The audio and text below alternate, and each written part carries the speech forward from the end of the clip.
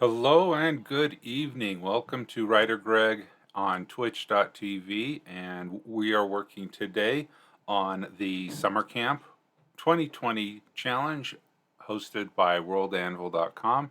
And tonight we're going to be working on prompts number 5 and number 6.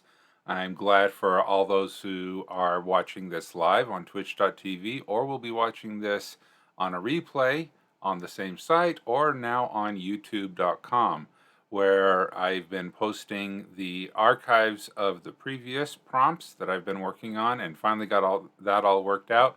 So if WriterGreg First Draft is available on youtube.com, where you can now watch the live, the rebroadcasts of the episodes at your leisure.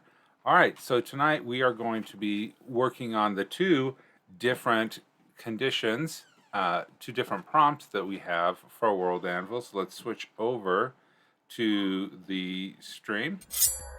All right, to the screen. All right, here we go.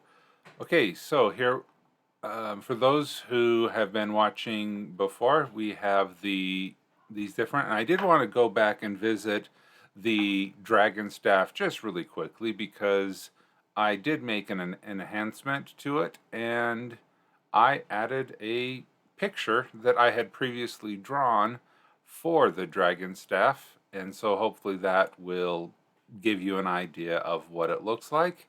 But that is, yeah, that's my dragon staff. I drew it in Inkscape. It's an SVG scalable vector graphic that I could use to make it. I was going to include this in one of my logo designs, but the lemon tree won out.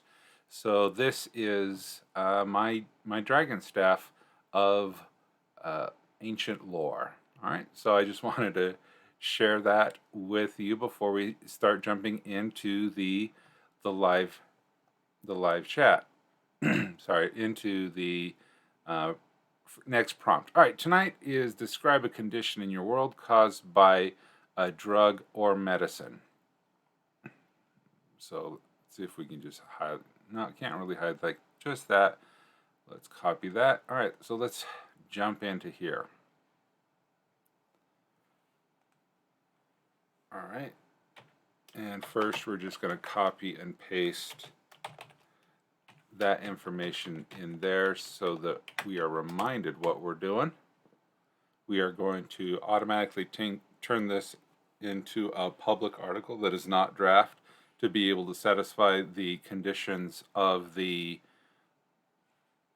competition. And going to navigation, we will be placing this under the Summer Camp 2020 challenge. And all right, so let's talk about the title of this. And when I was creating this, and this is again from my notes that I've been working on with the different. Well, I was up camping last weekend, and I need to turn my cell phone off, so that I'm not getting all of these loud notifications. So forgive me on that. And there we go. All right. So what we have here, what I did is I didn't know how to handle drugs or medicine in my world. And so I needed to figure out a way to work in drugs and medicine into my world. How are they created in an alchemy medieval setting that would be most effective for the stories that I'm going to be creating, which are the fractured fairy tales, or redone in a more realistic setting for modern audiences. So what we're going to call this one is advanced mental acuity. All right. Advanced mental acuity, and of course I misspelt that. Equity. No, it's not equity either. Acuity. All right. So advanced mental acuity, we are going to save that. Then let's check the challenges. All right, we got our 18 words in already, but I'm surprised that a comment that's that's hidden is may or may not be counted. All right, so let's just start going through these different things and see what we can do. All right, so this is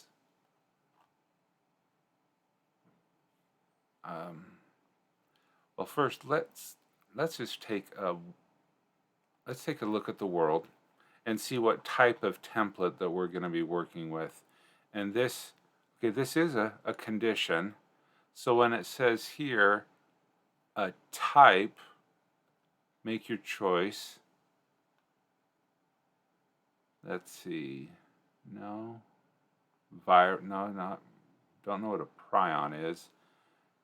Mental, fungal, genetic, divine. Yeah, let's call this a chemical compound. Parent, no, it can't be a parent of itself. Transmission vector, causes, symptoms, treatment, prognosis, prevention, epidemiology, history, culturoception, affected species. Well, this is definitely going to be for our fairy, our human, and our kith. Again, I'm not sure if we're going to have kith more, but we'll just keep that. Hosts and carriers. Origin, it is definitely magical. It is, I'd say it's rare, and it does have short-term benefits, because when they say a condition that is brought on by a drug or medicine, I was thinking more of what it would be doing to the body. Excuse me. So let's take a save there. Let's take a look, see how things are already starting. All right, advanced. All right.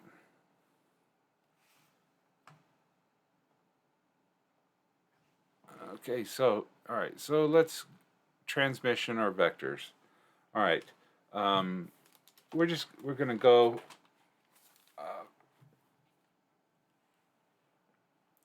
Okay, transmission or vectors. Okay, condition of advanced mental. Let's see if I can even respell it. AC. Okay, acuity is achieved by drinking a potion created from the remains of a blessed animal. Okay. There we go. And so let's talk here about some of the background, because it doesn't look like there's a lot of different things. The cause is taking a specially prepared potion and created from the remains of the brains of a blessed animal, and imbued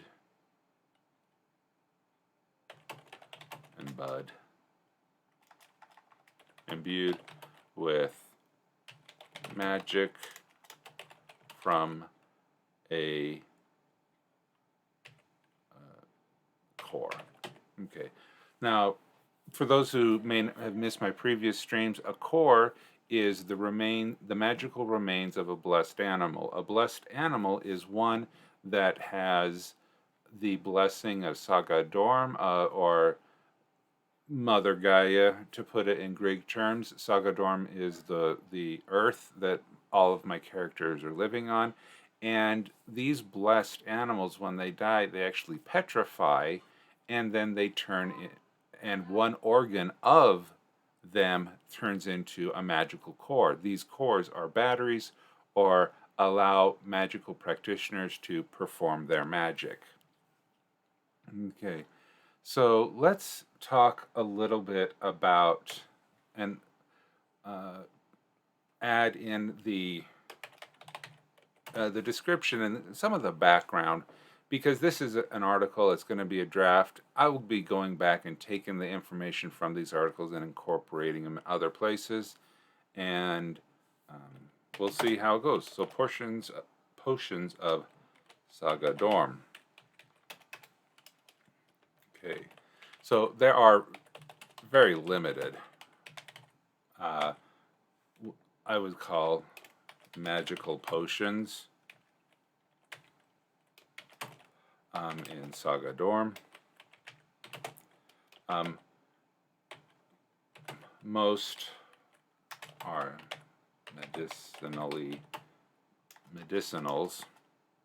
medicinals, based on herbs, plants, and animal parts.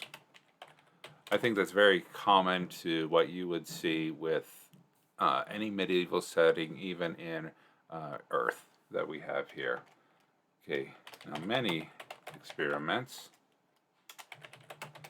have been made to check the medicinal properties of the petrified remains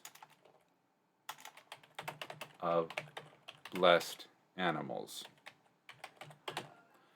And so that's the big thing that I have here is things that, and this is a change from how I originally envisioned it, and that's why I really like this prompt, because this prompt is helping me to expand and make the world more real, and to add color and creativity and different professions in the world that we have here. Hey Moonflower, no worries. Thank you for coming. I'm glad to have you along. And tonight we're talking about the medical condition in your world caused by a drug or medicine. And I'm taking a little bit of a different approach, where I'm talking about how magical potions are used and created. And again, working off of my notes that I created over the weekend. So all right, so what we got here is magical potions are not really there. Most are just your regular standard herbs, plants, 11 secret herbs and spices, or the different animal parts. And okay. Now, I'm going to type this up as I wrote it down, because it is going to be a little bit, and I'll revise it as I go along if there's something that was not helpful. I had a fun time discussing this with my son, and it was a great opportunity to have him help clarify this situation, and it was pretty fun.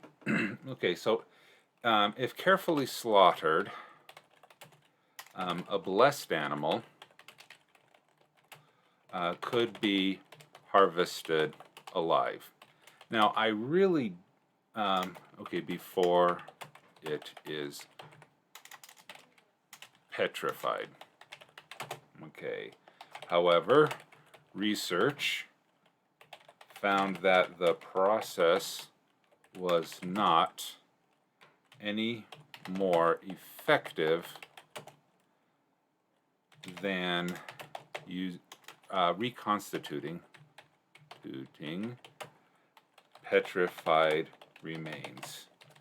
The practice of, I can't even read my, okay, of harvesting from living blessed animals was banned by the fairy. Let's see, do I have a... I do have one. And you can see here where I have some organizations. I already have a couple of the fairies named in there, but cool. It's by the Fairy Council as barbaric and inhumane.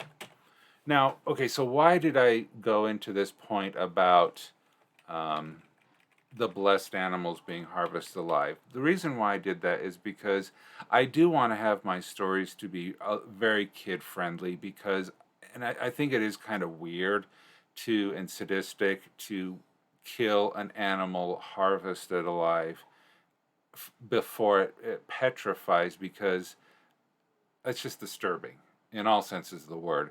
And so by going into that disturbing place, I wanted to make sure that that is not an element that's commonly done. However, it does allow for the bad guys or other people who believe, in spite of evidence, that this is a preferred method, that it would allow the bad guys to be demonstrated as more evil, when it's often, I've heard it described that when you want to show how good or evil a character is, have them either kick the puppy or have them save the puppy or pet the puppy, because anyone who takes the time out of their day to bend over and pet a dog or to kick the dog is an indication of what kind of person they are internally. Well, I have the harvesting of live animals as kicking the puppy to the extreme. So but I do want to make sure that it is blatantly known as barbaric and inhumane. Okay, so then, so let's talk more about the potions. Potions, okay, or elixirs. Not sure which is the best way to call it. Can be made by suspending powdered petrified remains into a liquid, water or oil.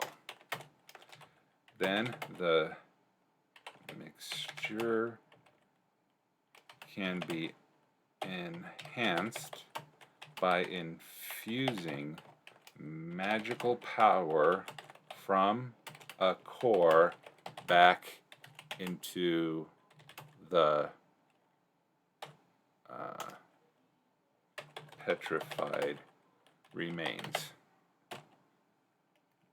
Okay, so this is where I talk what I mean by reconstituting, because the act of petrification is the act of having magic removed from the organs of the blessed animal into the last living organ or core of the animal. So by imbuing magic from a core back into it, it then becomes it turns back into flesh.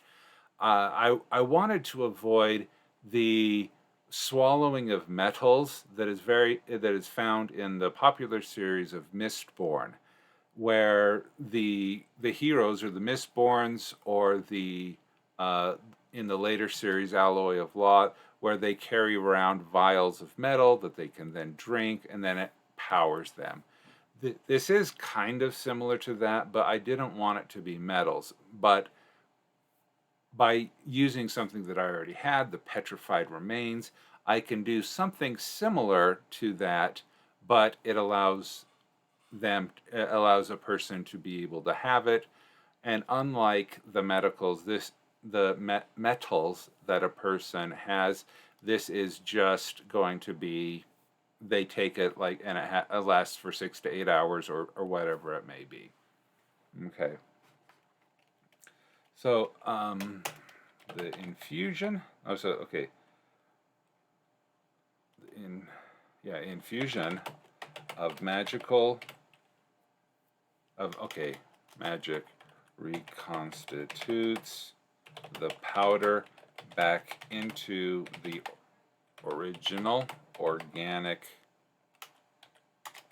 material. So, and this is so people are not eating rocks, but protein or I can spell protein. Oh no, it's but protein, cartilage, etc. And it's basically organic matter. Okay, and all right, and cores used to. Okay, let's add another header in here. Now let's add up to. Let's put the header up here. Creation of potions. Okay. All right, there we go. Let's just save this just in case.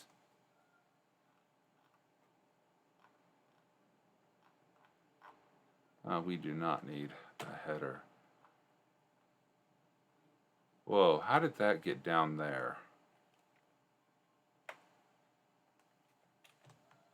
Oh, that's scary.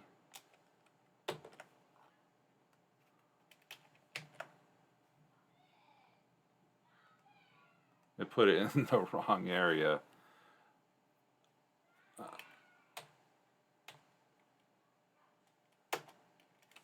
Okay. There's a weird thing that if you have too many enters here in there, it'll cause the spacing to go weird in the article. But yeah, we're using the vignette up here.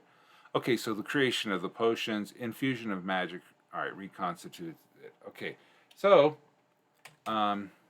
if the core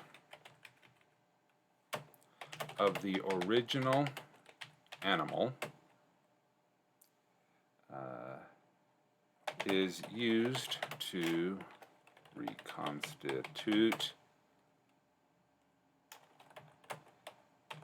its own flesh, the potion is more powerful. Okay. However, any core, any elemental core may be used.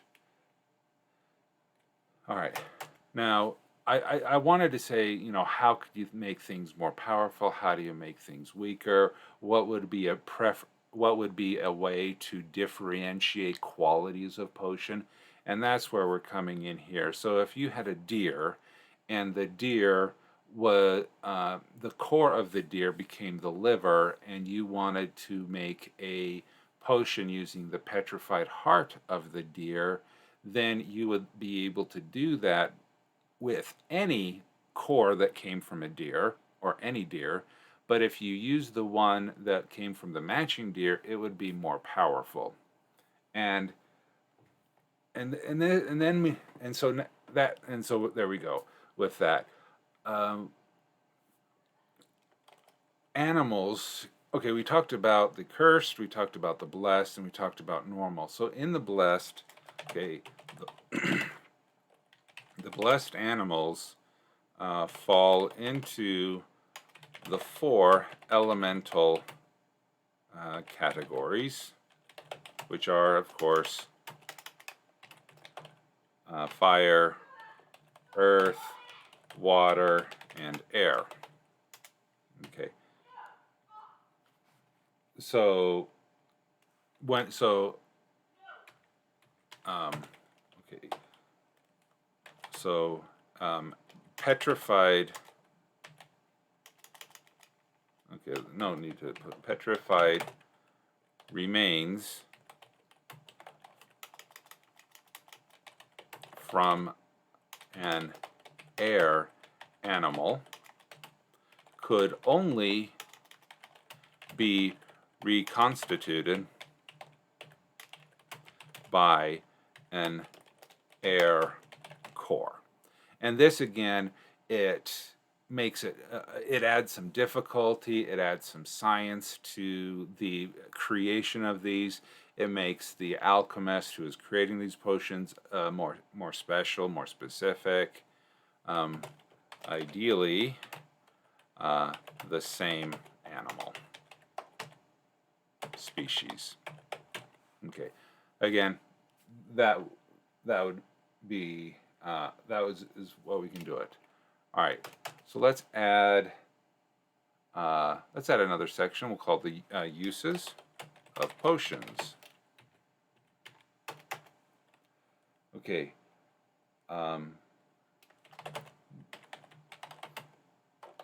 Okay, so the potions are used for many different ailments, or to induce different conditions. To make sure that we tie back into the original prompt, because this is what happens. So let's add a ordered list, an unordered list, because they don't need to be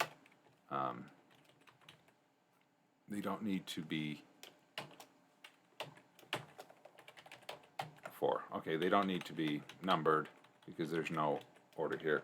So earth potions are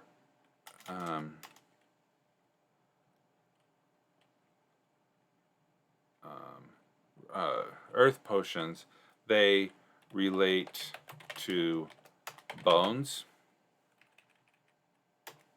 Okay. Then we have, next one we have our fire potions. Okay, they relate to blood.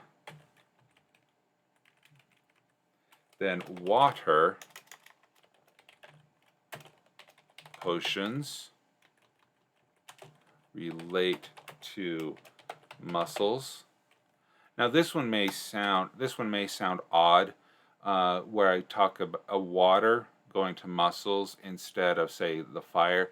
This goes back to the religious belief of the worship of the 5 dragons, where water actually represents strength. So water potions, or say if you had a blessed fish, and then the core from a blessed fish would then be a water potion, and that would help with the muscles, say enhance strength or something of that nature.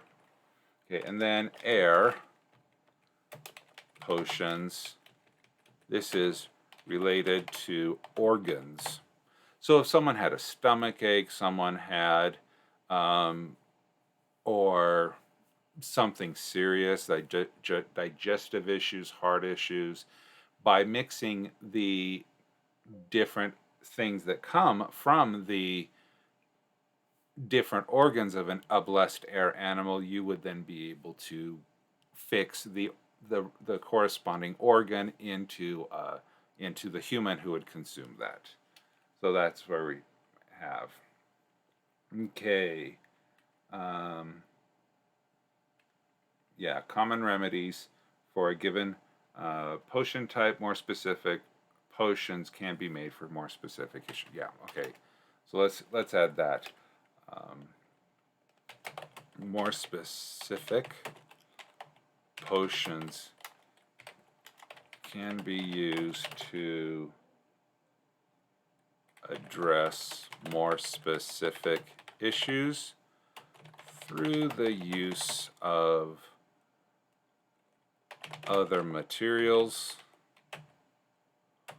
or petrified remains. Because who says you can't mix things together? Your mileage may vary, and we'll figure that out if I ever need that in a story. Okay, so all right, so there we have that. Now, to get back to this specific condition of the advanced mental acuity, let's go down to the symptoms. Okay.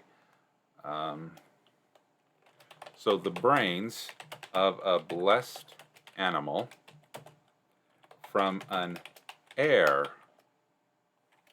Okay, let's fix the grammar that I had, because I wrote in pen, because I like to live dangerously. A blessed air animal, brains of a blessed air animal, okay, there we go, will enhance mental acuity. Okay, and then the thing that I wanted to make it more interesting is overdoses will cause hallucinations. Okay. Okay. This is the closest thing to an illegal drug in Sagadorm before the invention of synthetic drugs. Okay, so, and hopefully that will make sense, is that you have an air animal that has the that will affect the organs. You take the brains of an air animal, so the organ that is affected is the brain, thus enhancing the mental acuity. But if you overdose it, it will give you a hallucination, and this could be a mind-altering drug, or giving an artificial high, possibly used to enter a dream state for those who believe that that would help them receive vision quests, or things of that nature. So that's what we have there for this thing. So let's save this. Let's take a look at the article itself to see if it looks all right. All right. Potions, creation, uses, transmissions, vectors, causes, symptoms. Okay. Let's see.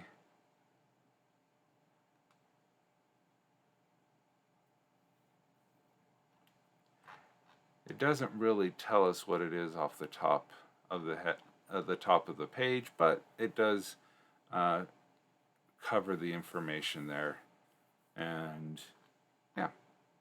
So I'm good with that right now. All right, so let's go to the community challenge. We will put that in there. All right, it has been submitted. Awesome. Let's go to NaNoWrimo. Let's check out the metadata. We are at 392 words. That's great. And we'll go here, and words in this session, we'll update the progress. All right, we are over 2,000 words. All right, looking good. All right, let me just take a break here. Does anyone have any questions or comments while before we jump into the next one?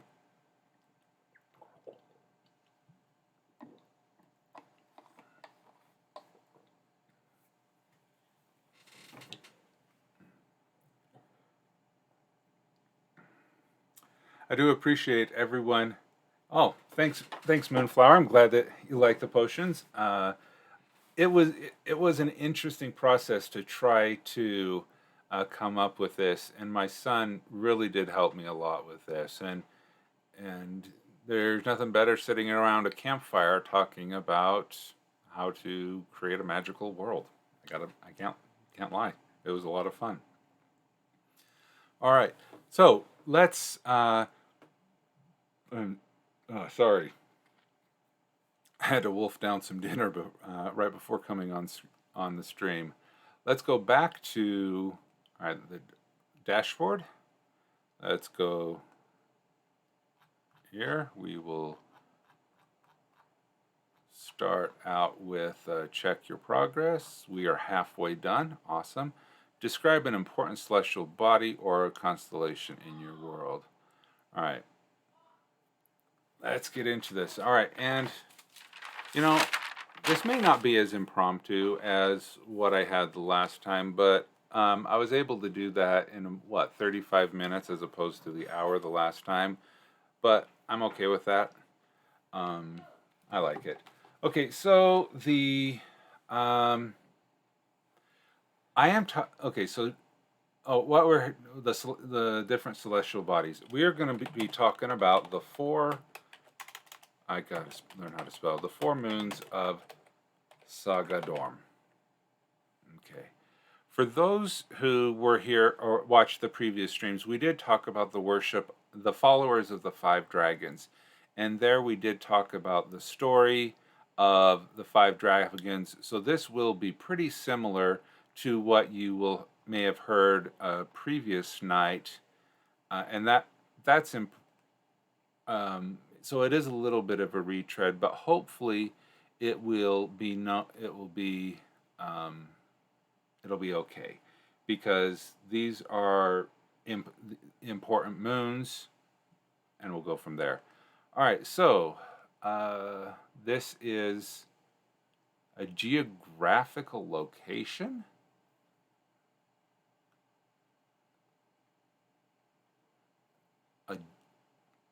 A geographical location is a celestial body.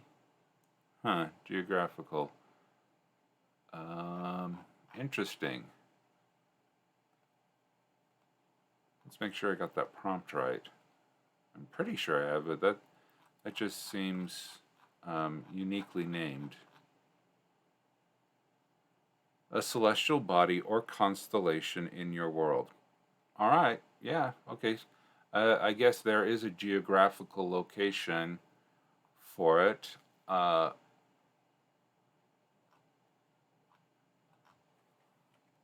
Okay, alternate names. I don't know, also known as. Okay, well, we could temporarily go back here to, okay, Sable the Peaceful.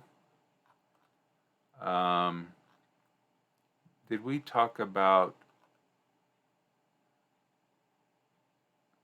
yeah, Dracus the Air Dragon.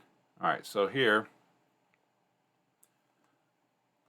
we will put that in there, and we will just delete that extra stuff as, but okay, but we'll keep the air. Okay, Fennis is fire. Erdus is earth. And Hydrus is water. Okay, all right, there we go. Okay, location type. Let's see if we have something in space. Dimensional plane, no. Ford, forest. Galaxy,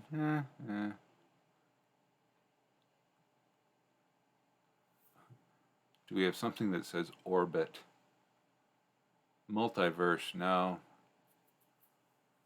A planar sphere or grouping. Planetary or, oh, planetoid, moon. Okay, there we go. Solar system. I still like the moon, planetary moon best. Sub Taiga.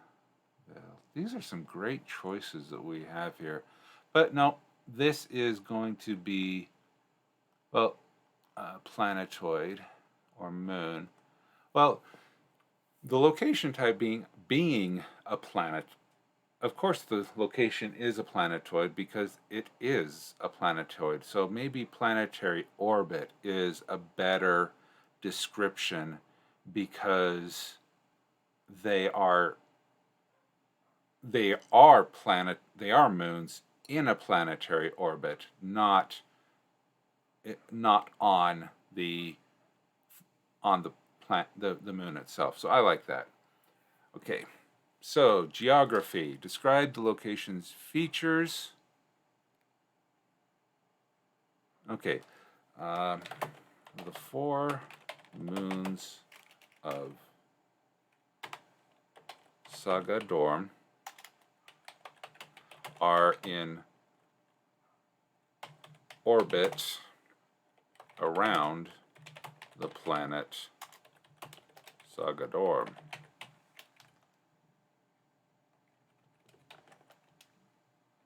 Okay. And how, okay, so, just, I, I just want to make sure, okay, yeah, all right, there's that paragraph. Okay, the importance of these 4 moons and why I have 4 moons is because I want to be able to have different people to be powerful at different times, and also to be able to recharge the cores that are empty. And I may have talked about that before, but so the 4 moons are in an orbit. The orbits are of each of the moons are offset so that only one is closest at a time. Okay. And only one is closest at a time. So if you take the yeah, and they are in an elliptical orbit around the, okay, the zenith of one orbit. Okay, when a moon reaches the zenith of one orbit, the another is at its, orbital names of parts of orbits, orbit anatomy. No.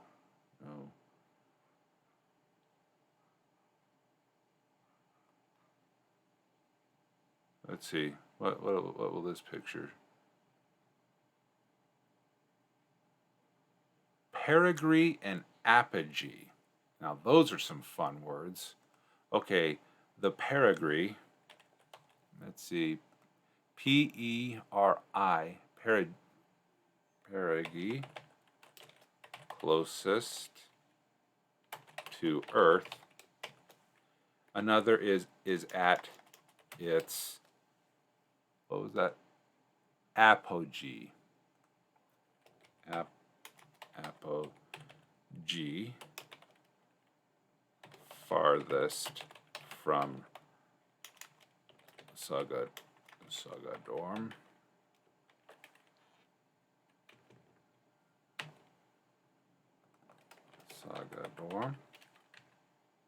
Okay, the other 2 moons are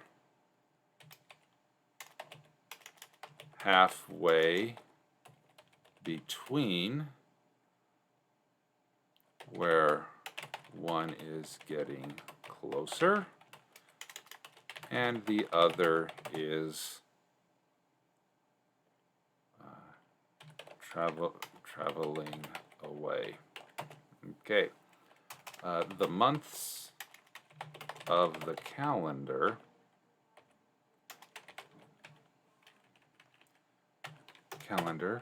are, okay, so the months of the calendar are based on the lunar orbits. Okay, and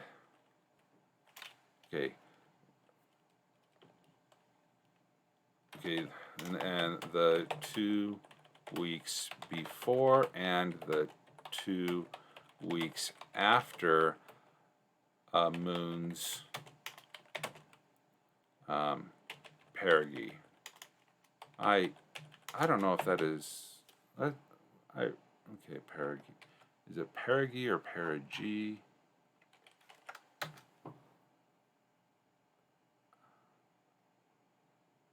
perigee.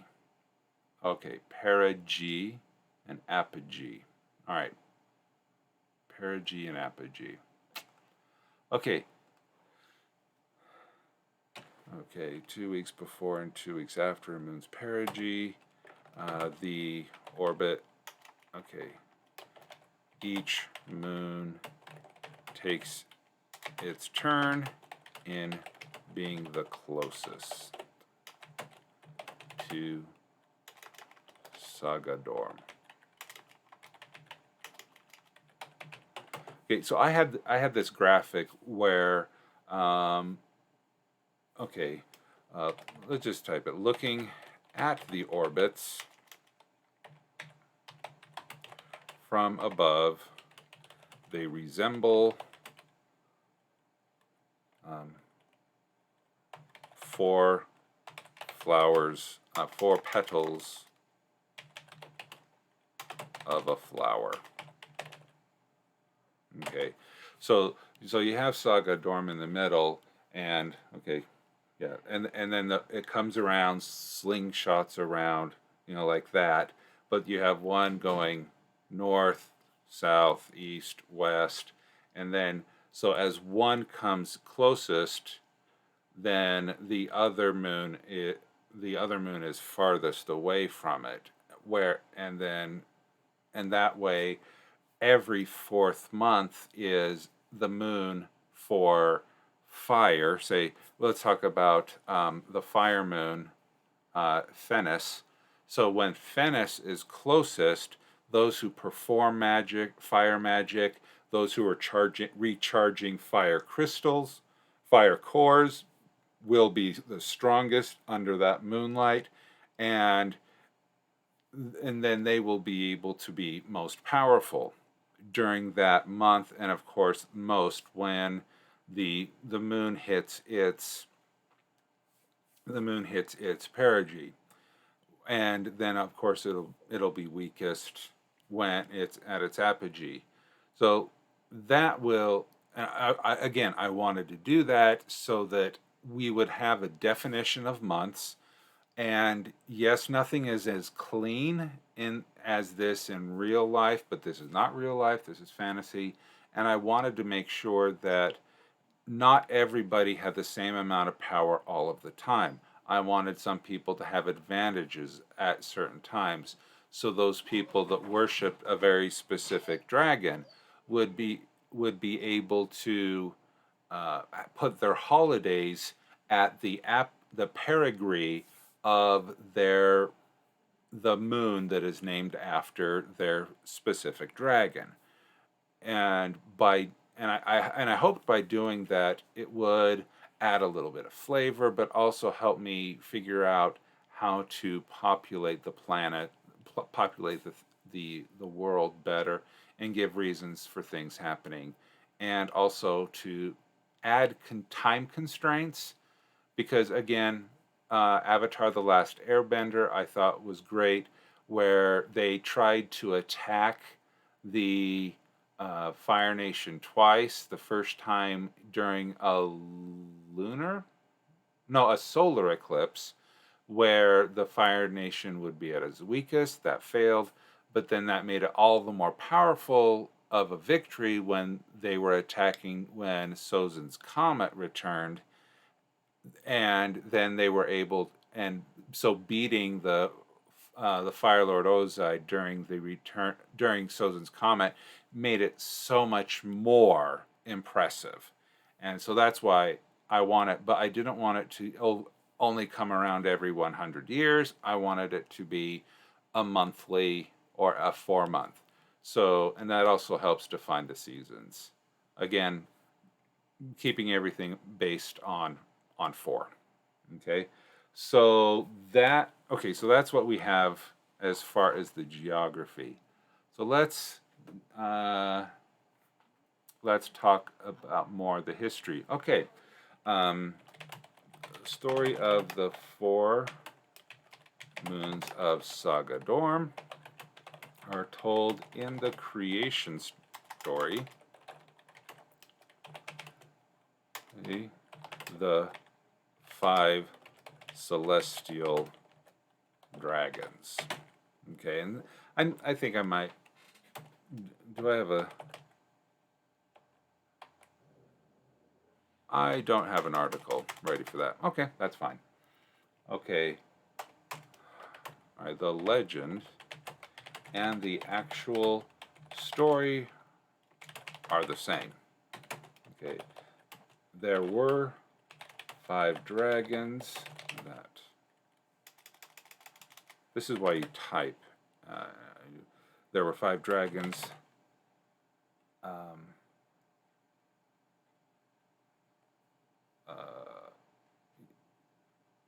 oh yeah, the 5 dragons that FOU fought in space.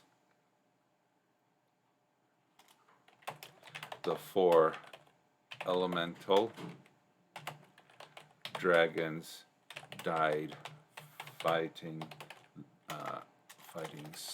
Sagadorm, the metal dragon.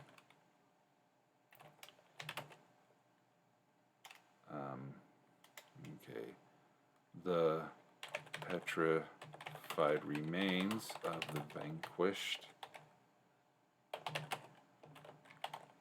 dragons became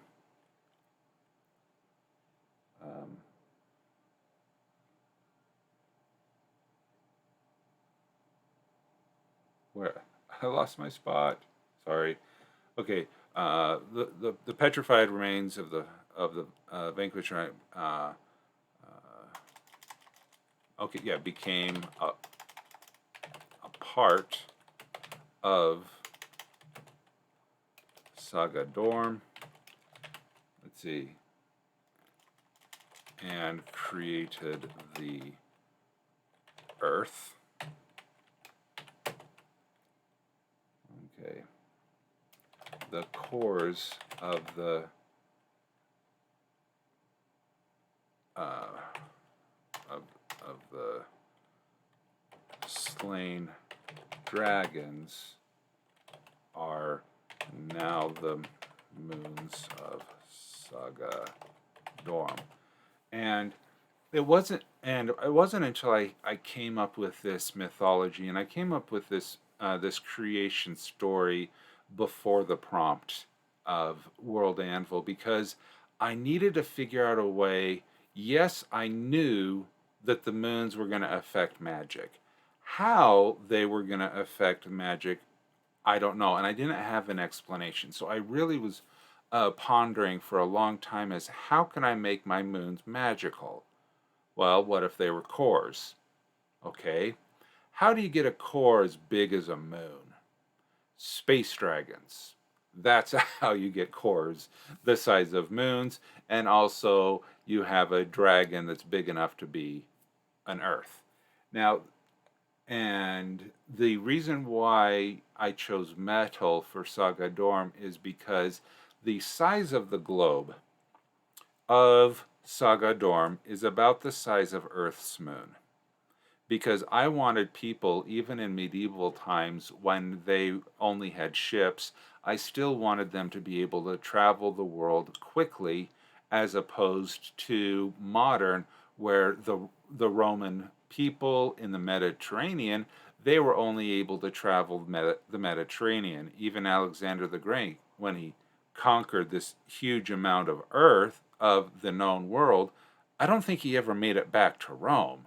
He just went on the warpath and never returned because of how long it takes, but also when you're a war general, things happen. So I wanted to have the Earth smaller, but to have a smaller Earth, but to have equivalent gravity, you need to increase the mass.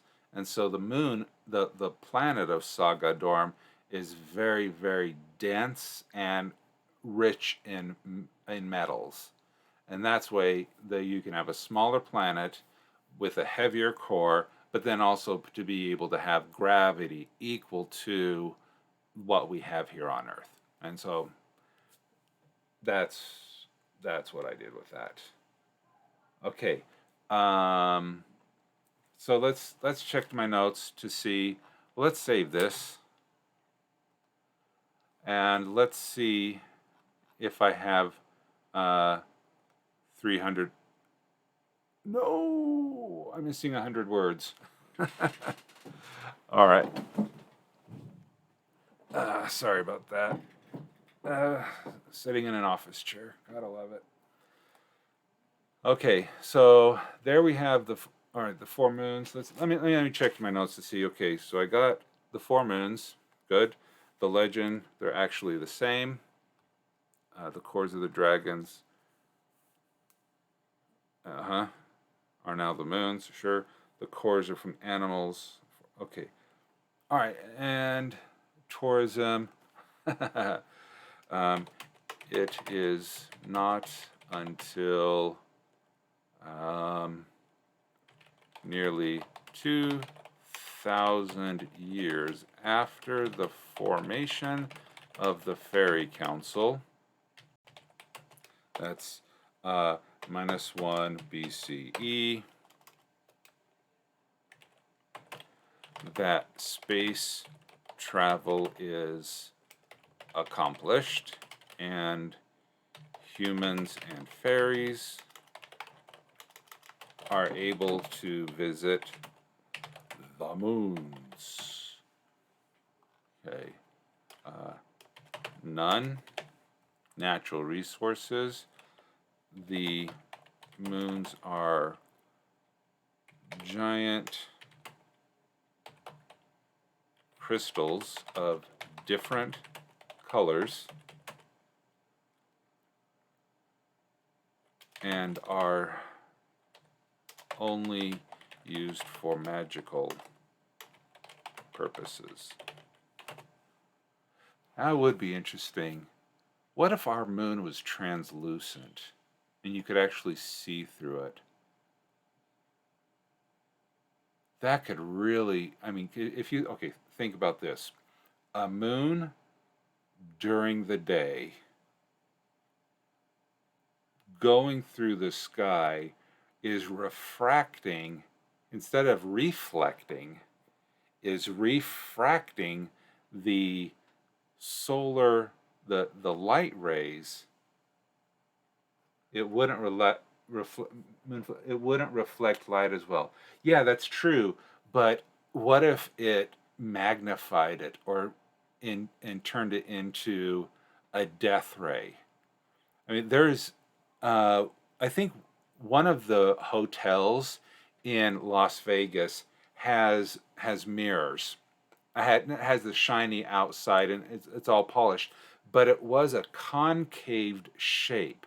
And at a specific time, if the sun hit that hotel in the right way, it would actually concentrate the solar rays into a hot spot. The same way that if you use the magnifying glass to try to set something on fire, that same thing was happening to the with the reflection. And how weird would that, could that actually happen in Sagadorm, where the light, not, it reflects maybe a little, but it also refracts the light? That is something I would have to look into. That is that's creepy. Could you think about every month, the potential of having a death ray hit your Earth? But that would have to depend on the orbit, speed. It would have to depend on the position, because you have your sun, you have your Earth going around, and then you have your things going around that. Wow. That would be hilarious.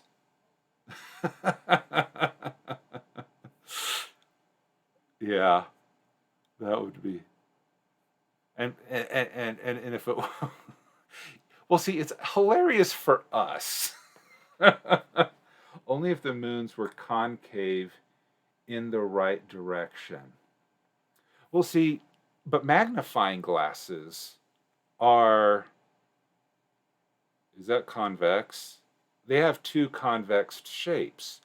and so by having two convex shapes, it would still, and if you, and you just keep this, okay, this is something, okay, okay, we need to, the impact of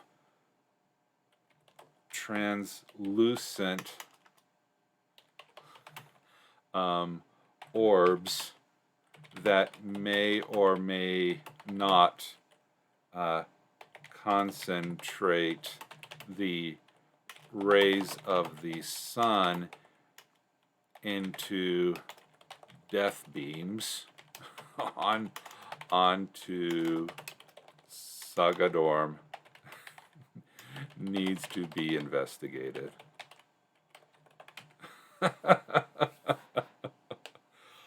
Because, I mean, think about it. If you were, like, say you were an astronomer and you figured that out, but nobody else did on why this was happening, then it would it could be, you could use it as the gods are smiting you, the gods are smiting your enemies, or, or a pilgrimage. We know that the concentrated rays of Fennis, the fire dragon, are going to cross at this point, and if you make a pilgrimage and you can survive that heat, depending on how hot it got,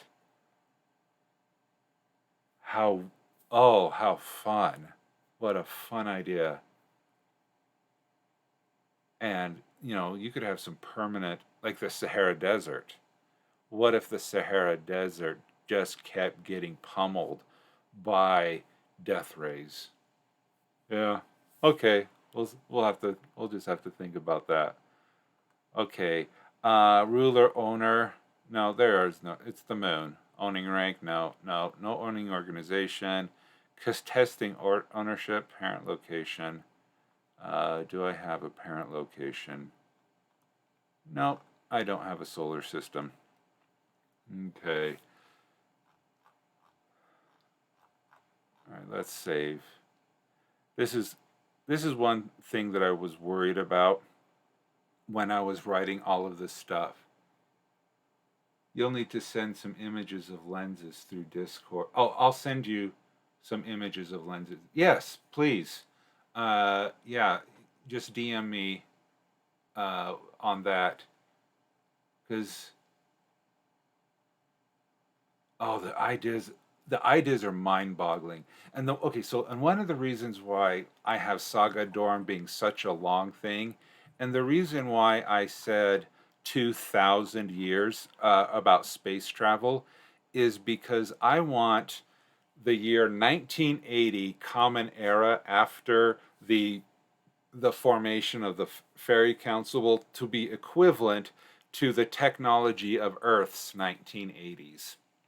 So that if I write an urban fantasy or a time period like, Stranger Things on Netflix, and I set it in the 1980s, people will all automatically get that reference. And so I'm shaping my world to do that. And so if I had something in the 21st century of Sagadorm, that could be a fun science fiction. Okay, yeah, I'll look for that after the stream. That would be a lot. Oh. A writer's job is to take your character. During Act 1, you chase the character up the tree. Act 2, you throw sticks and rocks at the character in the tree. And Act 3, you have the character fall out of the tree. And it's just so fun throwing and coming up with new rocks and new sticks that you can throw at your characters. Oh, this is as close to an evil laugh as I've ever had, and it's a lot of fun. This is why you're a writer, Sorry about that. Okay, we need to. Okay, so one of the reasons I was concerned about doing this in on my notebook here and then coming in to doing it later is that I would type up the notes and I'd not have 300 words on it. So that's the history, that's the tour, non-natural resources. So let's see, what else could we talk about the history?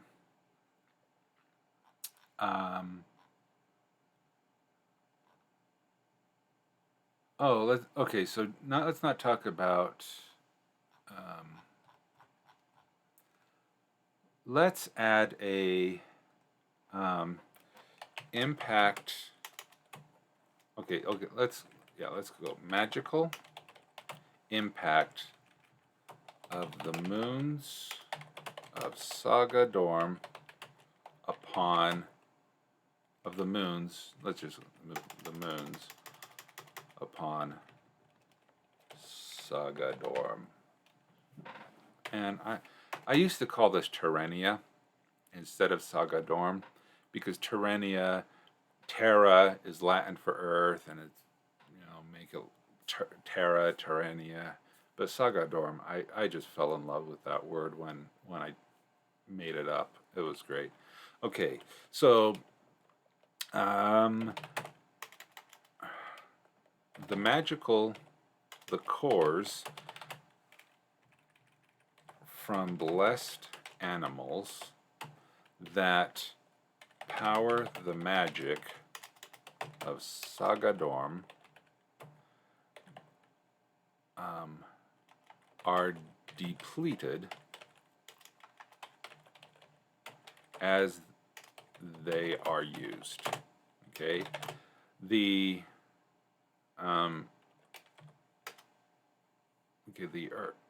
so the depleted as they're used. Placing a core, an empty core into the rays of the moons will slowly, very importantly, slowly. This is not a quick fix, because heavens, if you just let like a solar battery in real life, you set out the solar panels and it recharges, in a day. This is going to be months. Will slowly recharge the crystal, the crystal core.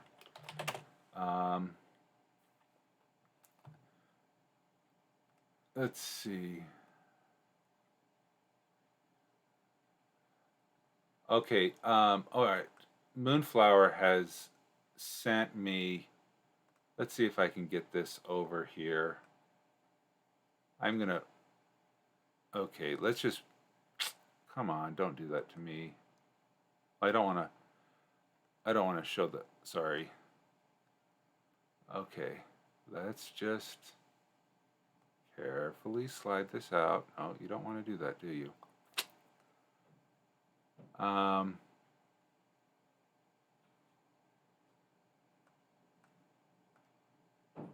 Okay, there. All right, so you're right. Okay, Moonflower, the double convex lens concentrates the light. The double concave lens disperses light. Right, yeah, okay. So if the concave lenses in the second part is a reflective surface, the lights that come in will come back to the focal point. And that's what I was referring to with the hotel in Las Vegas. And here with the convex lens, yeah, it makes a focal point. And if you squish that convex lens down to an almost globe shape, that would just, I would believe, I'm not sure, but I would believe that would extend the focal point out a lot. So depending on the position of the moon, the sun, and the angle and how purely spherical it would be would determine if, like, right, you can see my mouse, right? Yeah. So if the moon passes, the Sagadorm passes in in front of or behind the focal length, then the power of the death ray wouldn't be so bad. But if there was terrible uh, a terrible coincidence that that focal point hit the surface of the Earth perfectly, wow, you would have some serious problems. But thank you so much for sending those to me in Discord. And I forgot I had Discord open, and I could have looked at that. WorldAnvil.com Discord, gotta love it. All right. Okay, so back to trying to get this up to the word count. Okay, they recharge the word. Okay, placing in. Okay, only the type. Yes, it was a really good idea, and thank you for helping me clarify that, because that would be, oh, tangents. Okay, those are elven shoes. Janet and her elven shoes. All right. Only the type of uh, only the elemental match of the core and the moon will result in a charge, meaning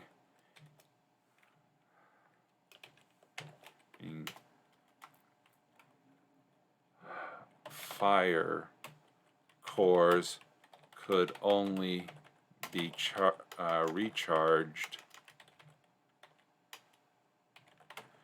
during the months where the fire moon is closest. Okay, cool. I like that. Also, okay, all right. The magic performed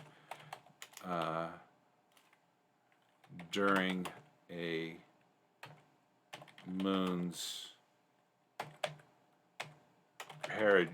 perigee is strengthened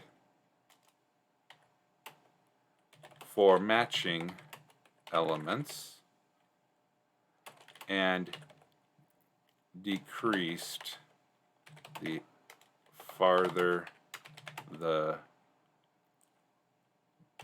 correct moon has